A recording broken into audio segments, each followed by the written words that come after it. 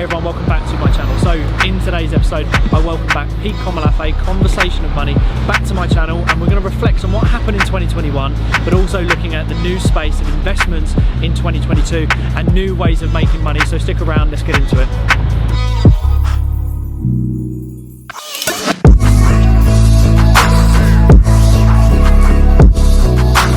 Hey everyone, welcome back to my channel. So in today's video, I welcome back Pete Komolafe of Conversation of Money. So thank you so much, Pete, for coming back, joining me on my channel. Thanks for inviting me back. No problem at all. And we are talking about best investment and ways to make money going into 2022. But we're going to kick things off by reflecting on what's happened in 2021. A lot of hot topics.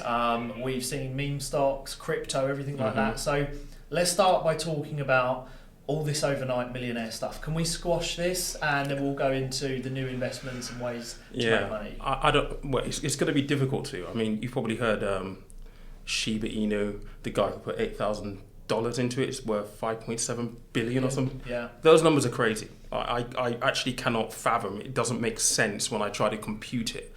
I don't know. I really struggle when I see things like that, and it's like, okay, you can see the wallet if you go and search it. So I can completely and utterly understand where people feel as though, oh, that could be me. I need to go buy some sheep literally right now. Yeah. But the chances of that happening are, what, 1 in a million, if not more. I don't even know what the odds are. It's been an interesting year to say the least. There's been Doge millionaires, sheep millionaires. I'm sure there's been a load of other millionaires and other meme coins and stuff. But what I do kind of point out is that whilst it's been a little bit of a craze and the good news stories have been highlighted, I wonder how many people have actually, taken that loss. Those are the stories that you often don't hear. And I think you have to look at both sides of the coin when you're looking at, these stories of, oh my God, this happened. And it's easy for people to think, I want that to be me and aspire for that to be them. I'm the party pooper when I say these things, but you've got to be careful. You've got to be really careful. It's like winning the lottery, isn't it? I think there's been a lot of this year. I've seen it myself as well. I've had a lot of conversations where people see what's happening with Shiba, Dogecoin, crypto, and it's almost like when they want to jump on that bandwagon, it's already gone anyway, and that's where it gets quite dangerous. Yeah. So there has been overnight millionaires, quite clearly, but at the same time, like you just said there's been many losses. So on reflection of 2021, how can we take what we've learned from this year and how can we be smarter? Because it's brought a hell of a lot of retail investors to the market now. So they're out there, they might be watching this, but how can we be smarter going into 2022? I think it's worthwhile just kind of like acknowledging where this has all come from and where we currently are. I think if you look at cryptocurrency specifically, there's always been this narrative that it is going to be the greatest transfer of wealth in history. It's like the new internet, the .com bubble, right? That's how it's kind of viewed. And I think the evidence so far does actually show that, because I think, even if you don't look at people who have been millionaires overnight, it has made a lot of people make money to the point where they have options of what they want to do. I think I was reading something yesterday. There was a figure out in the States that people that have quit their jobs because they've had just ridiculous crypto gains. And I think it's important to acknowledge that. But I think the biggest lesson in this for me is, it's hard to dismiss crypto now. So things like Bitcoin, Ethereum, I think they've got really good track record. If you look at maybe the top 10 in terms of market cap, those ones are likely going to be there for the long term, I believe. And it's interesting with what's happened with Facebook changing its name to Meta. So looking at the Metaverse, I think that then has investment opportunities potentially in other areas of crypto. So I think with the lessons for this year is, we know that there's track record there. We know that there's been all of this amazing stuff and all of these great stories that have happened. But I think the key thing for me, and I will always say this and I keep saying this, is don't FOMO or YOLO into a meme stock just because it's gone nuts overnight. You kind of really have to understand education is absolutely key. If you're going to look at crypto, look at some of the big established ones. And I say sad, and it isn't really sad, but in the context of what we're talking about, it's sad. You can get into Bitcoin right now at I think it's $61,000 or something like that right now today. You still got maybe 3 ETFs that are due to be authorized and go to market through November and December. So potentially people are forecasting that, Bitcoin is going to hit 100,000. Yeah. So there's still a huge amount of growth to have in some of the big established cryptocurrency coins and tokens at the moment, but people are still seeking the meme ones where the growth is going to be quicker. Yeah. And it's just a cautionary tale of patience. Don't look for it overnight, because if you do, look, Cyber Eats, prime example. Squid Game, prime example. We could probably reel off so many of these right now. Yeah. Yes, crypto can make you money. Yes, crypto might change your life. I say might because it depends which one you pick and you never really know. But at the same time, this quick return is going to happen overnight. I think that's where the danger is, and that's probably one of the biggest lessons that I take away from this year. Patience is crucial, and education is crucial as well. Those are some good points, and what I want to ask on the back of that is, because I know people are going to be itching to see these supernatural returns. Mm-hmm. Instead of being slow and steady wins the race, that's boring. I think we're in a day and age where people don't want to wait for it's not sexy enough. No. It's not sexy. No. It's the safe way. I'd rather get to 60 years old and know that I played it safe but have a lot of money than risk it all and lose it, which people have been doing. But there are ways of making really good returns. How do you go about into the new year looking for a stock, looking for a crypto? Obviously education's a big part of it, but is there a way that, yes, you can see above normal returns, but in a calculated way when it comes to your risk, and if so, where should they be looking for those better returns?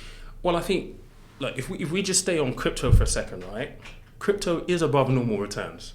Probably every single one of them, Bitcoin, Ethereum, they're all above normal returns. What's normal returns for the stock market typically?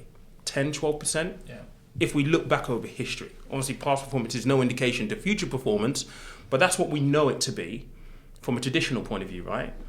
Look back at crypto. I did a video on YouTube where I looked at the performance of Warren Buffett between 1965 and 2020. Being the greatest investor of our time, right? Stupid returns, 2.8 million % in that period of time, right? But that's over almost, 25 years roughly, right? You look at Bitcoin, since 2009 to 12 years, 71 million %. Tell me that that's not above normal returns. Of course it is. But I think there is a problem that stems from social media. And this is where all of this kind of gets confusing and conflated. And I think maybe it's I don't know whether it's a generational thing or just the sentiment that comes with social media because it is a highlight reel. People focus more on the destination than they do the journey. Yeah. Right? Where you want to go to doesn't really matter as much as how you're going to get there. So if you have 2 options, one that's going to get you quicker, but one that's going to take you on a scenic route where you actually experience things, you get to learn things, you become a better person at the destination, but it might take you 50% longer. Which would you prefer? Yeah. And I think that's a mindset thing in society now. And particularly for people that are being targeted with these kind of things on social media. It's not about the destination, it's the journey, it's the growth, it's the learning, it's the experience that you pick up there. And maybe there's a conversation that needs to be had around that. But I just think that you can't chase specific returns because you have no control over those things.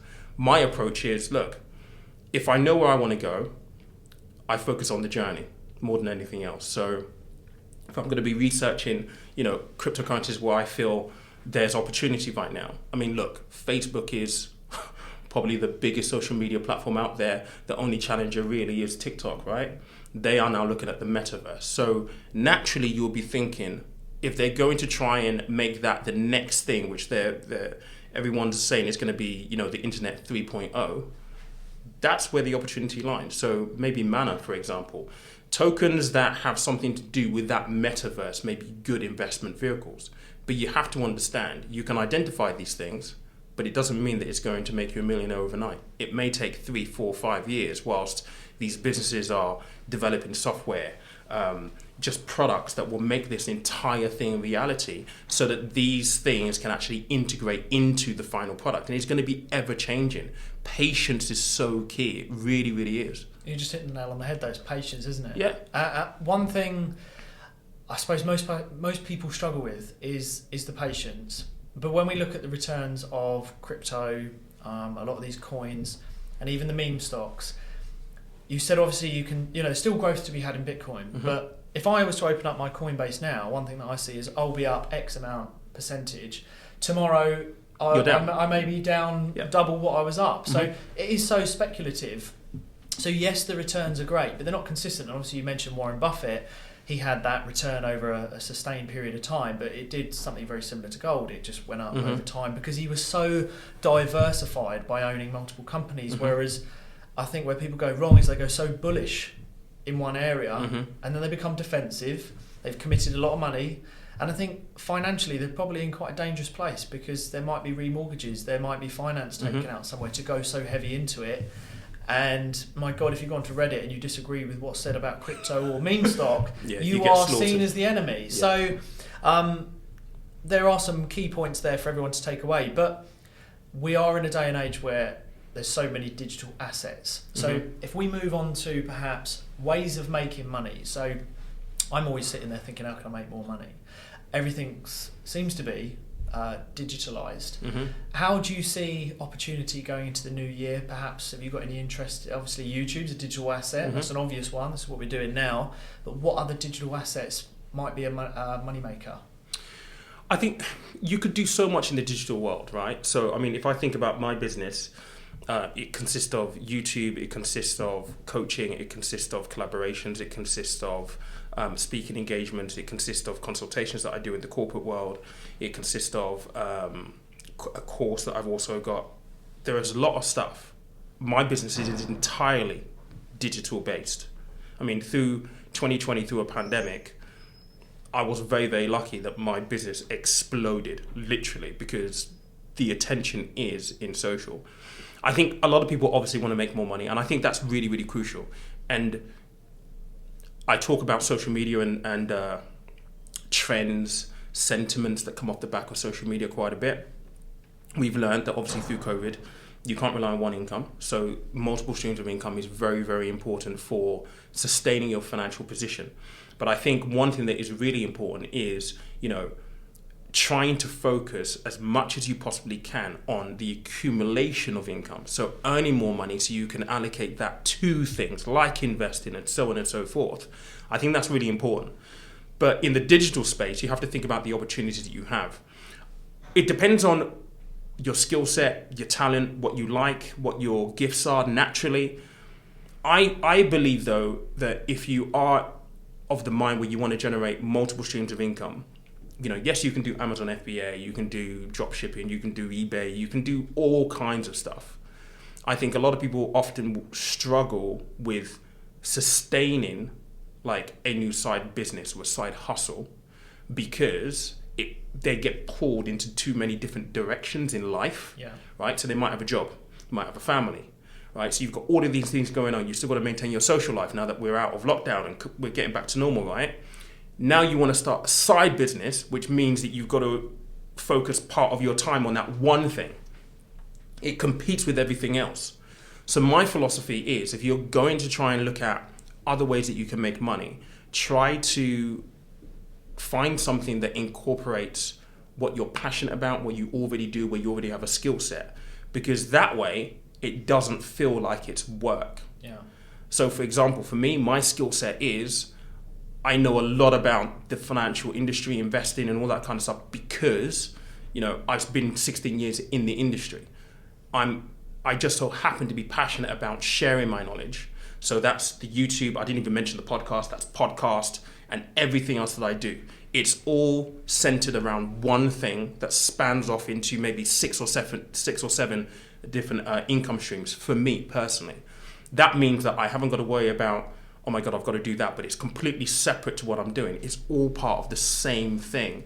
So actually, it doesn't feel like work. Yes, I might spawn off and one day I'm doing this, but I enjoy doing it. It's not a chore because the passion's there, isn't it? And it's not a disconnect from what my day-to-day is. It fits within that puzzle. And I think that's really, really important for people. Especially for sticking at it, because I mentioned this in a recent video that's going to go out this weekend, is one of the hacks for an entrepreneur is building a side hustle, but I specifically mention instead of starting 3 or 4 side hustles that you might know a bit of information about, you might enjoy, but rather than sticking with one, you're really passionate about it, you can talk about it without having to script, you know, it's natural, it's organic, and then just go really hard at it. You know, if it's £100 a month side income, make it £500 over the next 3-4 months. So I totally agree. And for anyone listening, thinking about starting a side hustle in the new year, pick something and go really hard at it, and be dedicated, and fit it around, like Pete said, fit it around your life, because everyone's running, you know, families, jobs, and whatnot. Awesome. So going into 2022, I suppose we've taken a lot of knowledge, and actually people who had a bit of, you know, perhaps were savvy at looking at what's happened with all these retail investors, and those that lost money, opposed to listening to these millionaire overnight stories. What's that giving you going into 2022, thinking, okay, I've seen this space, I'm going to be investing, or perhaps there's a way to make some more money? You know, what's come to light for you? If I'm honest, maybe I'm a little bit of a boring investor, right? So for 2022, not much is really going to change in my investment strategy. I use a core satellite approach, so I've got a lot of money in ETFs and index funds. I have some individual stocks around the periphery. I think for my strategy, not a lot is going to change. I'm going to continue with the companies that I've got in individual stocks, because, and this speaks to research and being having a conviction in the companies that you hold. So, for example, Tesla. I've held Tesla for quite some time now, right? Because it's gone absolutely crazy. It's back in the domain again. But you know, once upon a time, I had it, and I was at a massive loss. It went from $900 all the way back down to $400. You know, that's not sexy. Yeah. It isn't. A lot of people don't appreciate the dips that you get. We just so happen to be in a place where now it's over $1,000 a share, and there's probably going to be another, split coming along shortly. There are a couple of things that I've identified for the new year, for 2022, and that is off the back of, you know, Facebook rebranding, all that kind of stuff, where I think that there will be opportunities, and that will be looking at Metaverse companies specifically. I already hold a number of them, but I will be picking up some additional ones. So things like Nvidia, looking at crypto specifically, Decentraland, basic attention token I absolutely love. I've started to use the Brave browser for that now. I think that really has legs. There's one that I've been mining for maybe 2 years or so. Over the last week, it's just gone absolutely nuts. And it's one of those ones where it was introduced to me 2 years ago. I thought, whilst I'm driving around, I'm just going to stick the app on. It's going to give me coins.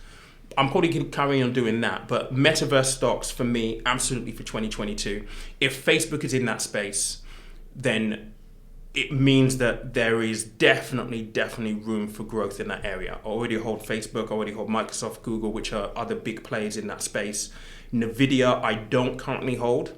I will go and be buying some Nvidia, because I think that within that space of chips, to make all of this stuff a possibility, they're going to do really well off the back of that. So I'll probably pick up a few stocks that are in that Metaverse realm, and maybe a few cryptos as well. But aside from that, nothing else is really going to change for my investment strategy come 2022, unless something else happens. I probably do need to review my cannabis position, but I'll be sitting down with my portfolio in December, because I bought 3 stocks in the cannabis arena which have done horribly wrong. But it was a gamble, because I knew that I bought it under the assumption, because there was news that the Biden administration would legalize weed in the United States. So the 3 companies that I researched, I thought would be really, massive beneficiaries of that. The whole legalization has kind of gone off the boil. So those companies are down right now. The original philosophy when I researched those stocks was I was going to hold for 4 years, because that's their term. So they have a little bit of time. But to be honest, Biden-Harris so far, I mean, they're going to have a struggle at the midterms. So they currently hold the House and the Senate, but whether that's going to be a case moving forward. And I think it's safe to say that the Republicans have no interest in legalizing cannabis anytime soon. So that will take a review in the new year. I might dump that position, I might keep it, depending on what's going on. But my investment strategy will remain the same, aside from picking up some Metaverse stocks and maybe looking more into a little bit of crypto and particular tokens there. It's interesting, because for those that invest, I would say, in a calculated way, you just said a few things there, and if you didn't hear it, rewind it. You said, I researched. So it's ownership. This is the funny thing. You're talking about what you're investing in now, what you're looking at in the new year. And the whole point of this, and what I hope there's some takeaways. Obviously, with the previous guest, we were talking about TikTok. We're having 16, 17-year-olds almost give financial advice in their playground. You actually can see kids running about. I mean, it's insane. And what you just said there, and Pete is making financial decisions and investments based on your own research. You win some, you lose some, and that's exactly the same. And I think there's this expectation that investing, although actually it's almost trading for these newcomers, retail investors, is trading, it's not investing, because investing is a little bit boring. Well, I think this is a really, really, really good point. So look, TikTok, I find it really exciting. I think it's great. I'm not on TikTok. I probably should be on TikTok, but I just don't have the additional time. The additional time, and I don't know that I could really deliver the value that you would need I've done 60-second videos on YouTube back in 2018. Like, there's only so much you can fit within that. And I think, with investing, people need to pay attention to the detail. The devil is in the detail, quite literally. There's only so much you can fit into a 60-second, 3-minute video. And I think it's great that you've got 16-year-olds who are talking about investing, by the way. Don't get me wrong, it is absolutely amazing. If I knew about the world of investing when I was 16, seriously, I would be multi-millionaire by now, because I would have done all the right things back then. On. But technology wasn't around at that point. So the fact that you have 16-year-olds actually talking about investing is a fantastic thing. I think that comes with danger, though, in the fact that people then fall into the trap of trading and not knowing the difference between trading and investing. Yeah. It's very, very different. The skill set you need is very, very different. The things that you need to know in terms of your research and your analysis are completely different. Just the mental mind space and the mindset that you need to have is completely different. Your capacity for loss has to be huge. Your willingness to take on a huge amount of risk and be able to sit there and be like, okay, I've lost 10%, 15% today. I had a friend in Canary Wharf. He used to trade on a regular basis, James. Some days he'll be elated. He's made a lot of money. Some days he would be absolutely sweating it because he'd lost 15 grand, 20 grand on the trade. And you have to be okay with those kind of things. You have to be disciplined. And it's really important that there is a distinction between that. People ask me questions all the time, especially when I do lives on YouTube. And I have to point out and be like, dude, that's a trading strategy. Yeah. That's not investing. Yeah. It's two different things. And, eToro and platforms like that are nice. Trading 212, they're very, very good. They've helped people get into the market. But they are the instruments that people use where they conflate investing with trading, because guess what? You just flip over to the CFD side and it's so easy to get 2 times leverage, 5 times leverage. You might just click on the button without really understanding what you're doing anyway, and all of a sudden you're in a completely different world. And also, I find that where it's so accessible now, people get blinded by the lights. And what I want to talk about just before we wrap up is, like I was saying, you can open up your investment app, and especially as a 16, 17, 18-year-old, you open it up, you see these coloured charts, you hear friends talking about what's just gone up, you see these big percentage numbers. It's so easy to confuse, well, I'm investing in this new stock or new crypto coin, when actually you don't realise it, but subconsciously actually that's trading. What you're looking to do, because your mindset is, I'm going to buy it now. I've been told by Timmy in the next playground that it's going to go up 50%, and then I'm going to sell it when it hits 50%. That's trading, and like you say, you need a lot of knowledge in order to do that, but you're blinded by the lights, I suppose. And I think it is a little bit dangerous. I mean, if there are 16, 17-year-olds getting into the trading world, then the providers that they're using need to be looked at, because you have to be 18 really in order to invest, period. Now, I know that some people will say, well, the parents can sign up for the account. Yeah. Like, if you're a parent, you really need to be on this, seriously. If there are 16, 17-year-olds able to invest, I would be very, very concerned. And, those providers really need to have a really good look at themselves, and the regulators probably need to be involved in that as well, because that's pretty much illegal, really, to be fair. But, you're right, it's too easy, and there needs to be some way, there needs to be gates, there needs to be safeguards in place and to be fair, eToro does it, and you do it. They have questions that you have to answer and stuff like that and they say that you may not have access to the full range of services and stuff, but it's very, very easy for people to circumvent those kind of things. So where's the accountability? That's a regulatory issue for, the rules and regulations that need to be put in place. And the question is, are the companies held accountable? I've been in the industry long enough to know that sometimes the FCA will say one thing because they don't give you clear guidance. You're left to interpret it. You go off and do what you need to do. And you could be doing this thing for 5-10 years. It never gets on their radar unless something goes drastically wrong. Accountability for providers. It's being responsible as well. Just as we wrap up here, what I would say, my final words before I hand back over to you, Pete, is really question where you get your resources from. So if someone's telling you that stock, I would go as far and be quite cold about it, and I put it in a video, is that I would turn around, and actually Mark Wright, a previous guest, always said, no, this has always stuck with me, never take financial advice from someone who has less money than you. That is the God's honest truth. So really question where you get your information from, and if someone ever presented something to me, I would want to see what they've made, how much money they are, and I'd want to know their net worth. That some people say you can't know that information. That's just the way that I'd want to see it. Yeah, I mean, I think it is a good place to start. I don't know that I would agree necessarily 100% with that statement, because it depends on what you're talking about at the end of the day. The key thing, if you're looking to invest in the market, like if someone asks me my net worth, I'm not going to tell you my net worth. It's none of your business at the end of the day. But what I think really does matter is the content of what they're talking about. Are they coming at it from a place of experience, having worked in an industry where they've consistently worked with those kind of things?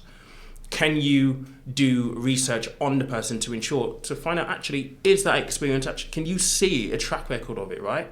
And is their messaging consistent? If they're pushing get rich quick, like this is going to make you million, be worried about that, But at the end of the day, it is about the content and context of what this person is saying that you should be buying into. Most people who are there to provide good information are not going to lead with bravado. Yeah. I've done this, I've had this is what I've made. Most people aren't going to do that. Yeah. If you think about all of the scams that you've ever seen in this space, crypto investing, what do they lead with? Flashy car, this cash, all that kind of stuff. Those should be red flags immediately, the minute you come across them. And look, it takes a certain level of discernment. You have to be able to discern these kind of things. And maybe a little bit of that comes with experience, right? Life experience to a certain extent. So maybe younger viewers may not necessarily be able to know that. But the one thing I always say to people, which is consistently true, whatever, listen to your instinct. If your gut is telling you, yeah, I totally agree. Something doesn't quite stack up, follow your gut. At the end of the day, if it sounds too good to be true, it probably is. Don't leave yourself open to be stung, taking a punt. This phrase, invest what you can afford to lose. I hate that phrase. Yeah. Like, it is true, but now it's being used by the scammers to their own advantage. Put 500 quid in. Yeah. Put 500 quid in. Do. But you're scrounging around to get this 500 quid. So if you're scrounging around to get it, you can't afford to lose it. Yeah. And you have to be really, really mindful of that. If it sounds too good to be true, follow your gut. That should be the key indicator. Amazing, and I would second all of that. So yeah, if your gut says something's dodgy, most likely it probably is.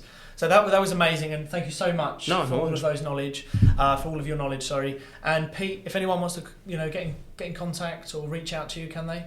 Yeah, it's YouTube. It's Conversation of Money on YouTube. Conversation of Money on Instagram. I've got the Conversation of Money podcast, which is every Monday, 6 a.m. Where else am I? I'm also on Twitter, Conv of Money, so CONVOFMONEY. So you can reach me there. Awesome. Absolute pleasure. Thank you everyone for joining us. Until the next time, we'll see you all very soon.